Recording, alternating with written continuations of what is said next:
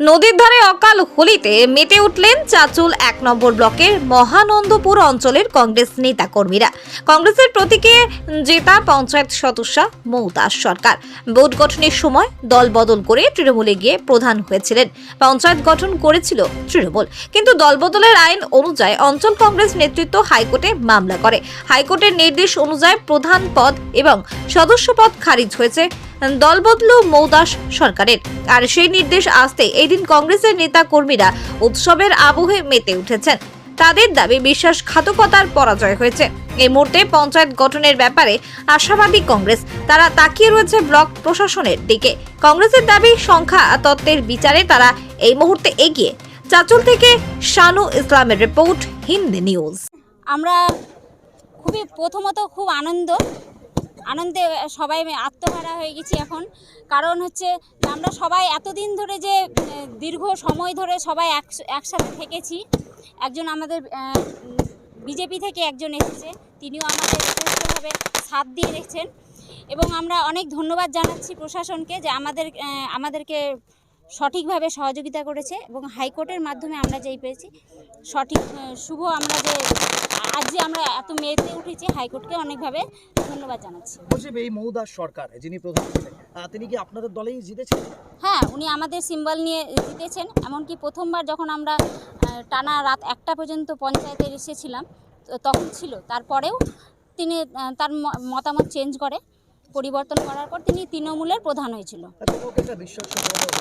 হ্যাঁ, বিশ্বাসঘাতকতা করেছে আমাদের সাথে, আমরা যথেষ্টভাবে করেছিলেন এবং এখন যে আমরা তাকে খারিজ করতে পেরেছি, এই জন্য আমরা প্রশাসনকে অনেক ধন্যবাদ জানাচ্ছি, হাইকোর্টকেও অনেক ধন্যবাদ জানাচ্ছি যে আমাদেরকে শুভভাবে দেখেছে এবং শুভ রায় পেয়েছি আমরা। এরপর মহানন্দপুর গ্রাম পঞ্চায়েতের প্রধান কি হতে পারে এবং কিভাবে পঞ্চায়েত চলতে পারে, কি দেখছেন? এরপর হচ্ছে আমাদের ব্লক নেতৃত্ব আছে, ওপরে যারা আছে তারাই ডিসাইড নেবেন। আমরা দলের নির্দেশকে সবসময় সম্মান জানাই। ওনারা যা সিদ্ধান্ত করবেন তাতেই আমরা মতামত দিব। প্রধান কী হবে সেটাও বলতে পারছি না, সব কিছু দলের উপর নির্ভর করছে। আমার নাম জ্যোতিকা সিংহ, আমি কংগ্রেসের একজন মেম্বার, আমি নুনাতর বুথের। আমরা মহানন্দপুর অঞ্চলে 10টি সিট জিতেছিলাম জাতীয় কংগ্রেসের প্রতীকে।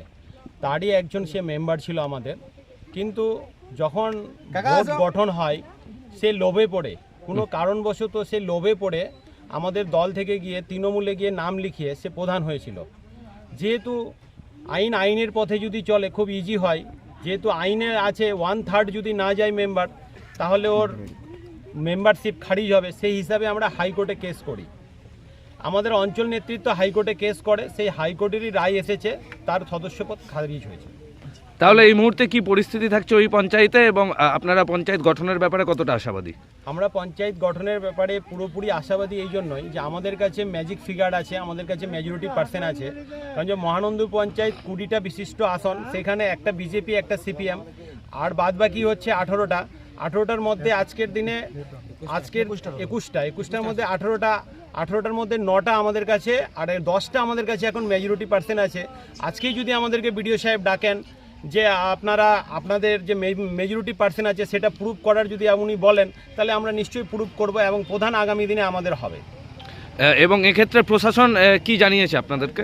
না, এখনও অবধি প্রশাসন কিছু জানায়নি, কারণ যে উনি গতকালকে যে অর্ডারটা করেছেন, তারপরে আজকে শনিবার, আপনারা জানেন যে শনিবার রবিবার অফিস বন্ধ থাকে। আগামী সোমবারে আমাদের একটা প্রতিনিধি দল আমরা বিডিওর কাছে যাব। উনি কি করবেন সেটার অনেক কিছু নিয়ম আছে, সেই নিয়ম হিসাবেই সব কিছু হবে। কিন্তু আজকের দিনে আমরা ম্যাজিক ফিগারে আছি।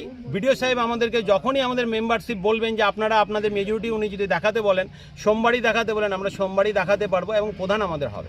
সেক্ষেত্রে আপনাদের যে প্রতিনিধি জিতে তৃণমূলে গিয়ে প্রধান হয়েছিল, তার যে সদস্যপদ খারিজ হলো, সেই বুথে যদি উপনির্বাচন হয় আপনারা কতটা প্রস্তুত?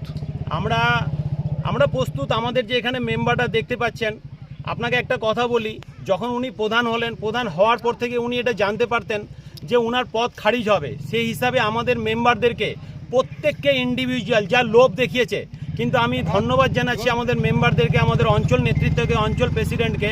তারা সবাই একতাভাবে এই ব্যাপারটাকে লড়াই করেছে, তার কোনো রকম কোনো লোভে তারা পা দেয়নি। তাদের একটাই দাবি ছিল যে আমরা এই মৌ সরকারকে, যে আমাদের সাথে বেইমানি করেছে, তাকে আমরা ছেড়ে কথা বলবো না। আজকে তারই প্রতিরূপ, তার গ্রামে এসে আমরা আজকে এই রং খেলছি, আবির খেলছি, যাই বলেন। এবং আমাদের সেই মেম্বারটা সেদিনই প্রতিজ্ঞাবদ্ধ হয়েছিল যে যেদিন ওর মেম্বারশিপ খারিজ হবে তার পরের দিন আমরা নদীতে গিয়ে স্নান করব। সেই নদীতেই আমরা আজকে স্নান করতে এসেছি।